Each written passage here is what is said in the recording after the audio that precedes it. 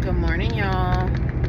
Today is day 4 for me. I'm in the car again on my way to work. So, yeah, you'll probably find a lot of my videos end up being like this because this is when I have the most amount of quiet time to myself to be able to record and not have distractions or my kids in the background and stuff. And because my goal is to be consistent and post for 100 days consistently, I have to do this when it makes sense for me and it's the easiest for me, which is in the car driving to or from work. So yeah, yesterday was my first day back to work. I talked about that in yesterday's video, and it actually wasn't too intense, thankfully.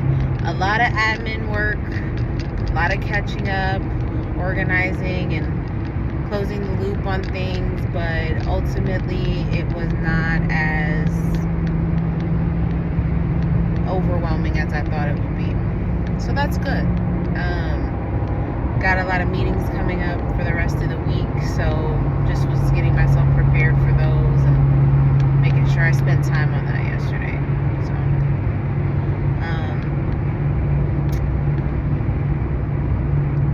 I don't really have an agenda right now for today.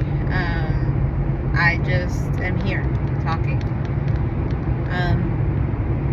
What I do want to bring up though is that a practice that I implement in my life to make sure I keep myself grounded is journaling to the best of my ability. I usually journal every morning before I go to work, and then of course on the weekends, when I wake up. I try my best to intentionally wake up early to ensure that I have time to journal.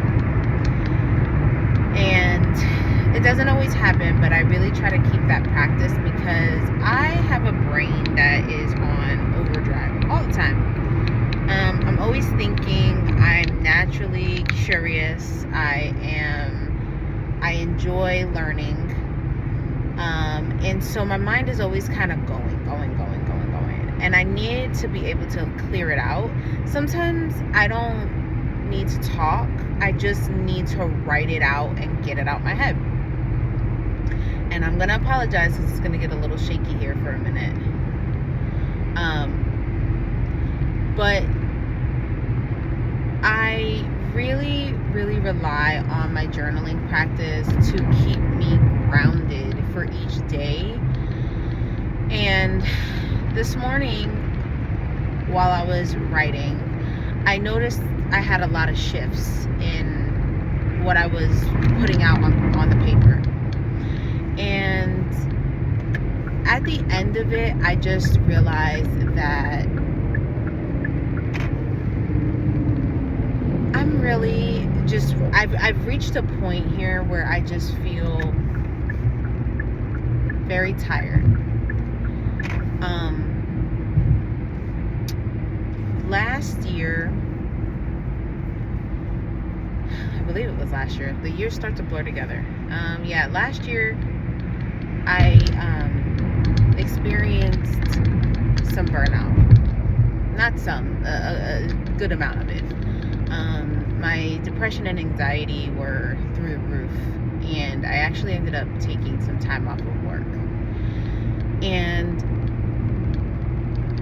I can now catch when I'm headed towards that way a lot better. I have a lot better coping skills from going through that and working with my therapist. And so right now I'm realizing that if I don't get it together and stay on top of my stuff, I'm gonna head there again. And like I had talked about in yesterday's video, I'm dealing with navigating my mom's diagnosis of early stages of Alzheimer's. And living in the same state as her while navigating it along with my brother. Being a mom of 3 young children.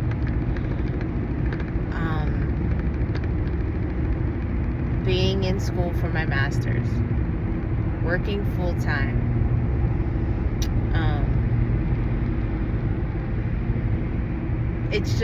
It's a lot. And I feel overly tired, and that's kind of my first signs to myself. I have also noticed my anxiety is going up a little bit more. So like how that shows up for me is I am noticing that I'm grinding my teeth a lot more at night and throughout the day. I am noticing that I'm tight. Like if I'm just sitting there and holding on to something, like let's say I'm journaling and I'm, holding my hand on one side of the notebook. I notice my hand is very tight. My knuckles are tight. And then the other one, it shows up in my sleep. I'm still sleeping, but I'm having a harder time falling back to sleep if I get up to use a restroom or something like that. That's how it starts to show up for me. So I'm noticing these things already, and I've gotten myself back on my therapy regimen to get ahead of it. But I also realized that I never really have taken a break. And maybe that sounds like privileged or bratty of me or whatever, but I have not had a period of time in my life where I wasn't juggling multiple things. And like that's life to an extent, right? But I mean, like, I have always pretty much gone to school and worked simultaneously, which is the story of a lot of people. Just juggling big things, heavy things. Like it very rarely has my life like just been kind of like, okay, this is my thing. Mundane, I guess would be the word, like mundane. It's not been mundane. I haven't had many moments of that. And I don't think I'm just tired because of what's going on. I think I'm just tired from not ever really getting a break. Like, what I dream about is being off from everything for like a whole month. Just like nobody talking to me. Like, is that realistic? No, but I can dream, right? Like a girl can dream. Like I tell my husband all the time, my dream like gift, or not vacation or whatever, I would love to go to a silent retreat. Don't talk to me at all. Like, let's just all be here in silence, in nature, and unless you're the instructor, just let me be. He thinks that that's crazy, but I think that it sounds great. Like, I think it sounds amazing.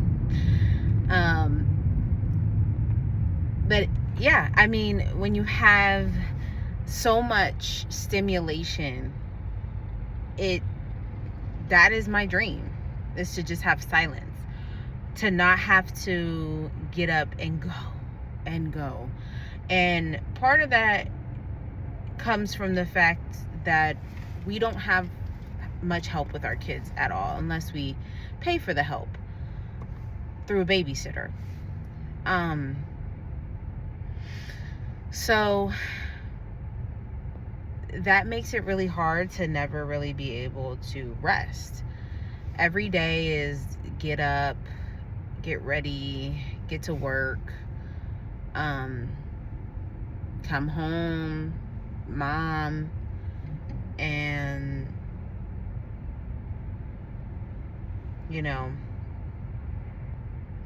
on the weekends it's the same. Unfortunately, my kids are early risers, and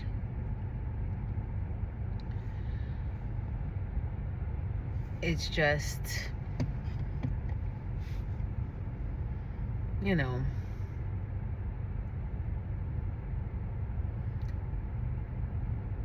it's a little intense.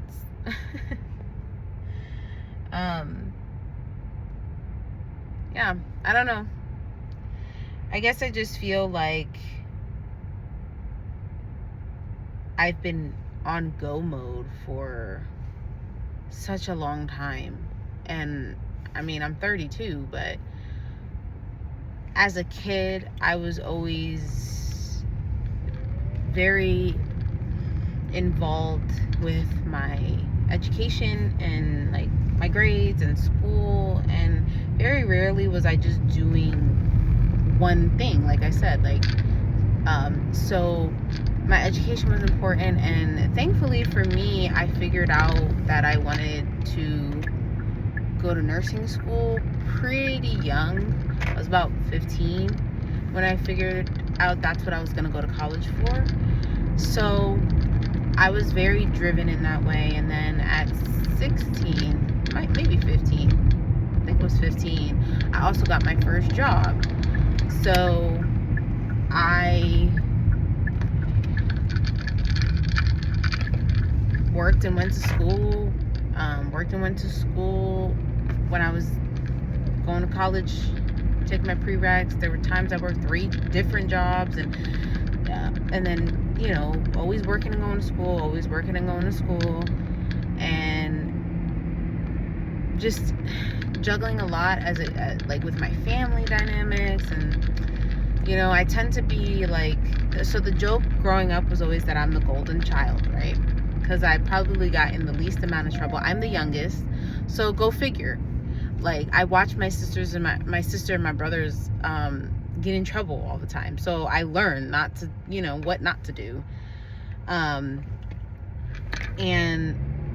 so through that, I kind of by default became the go-to person as well, because like I just was reliable, I guess.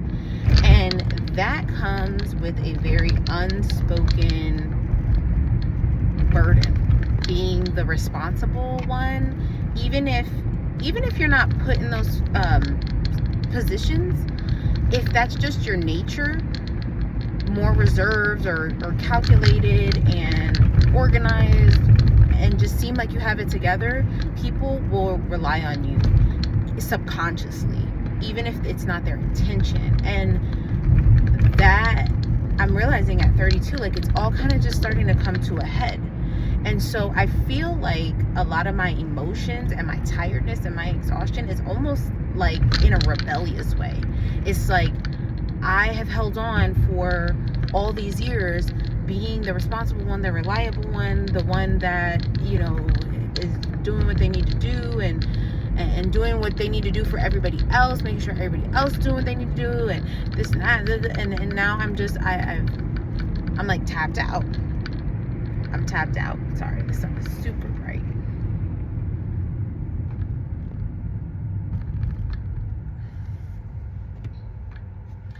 I'm tapped out.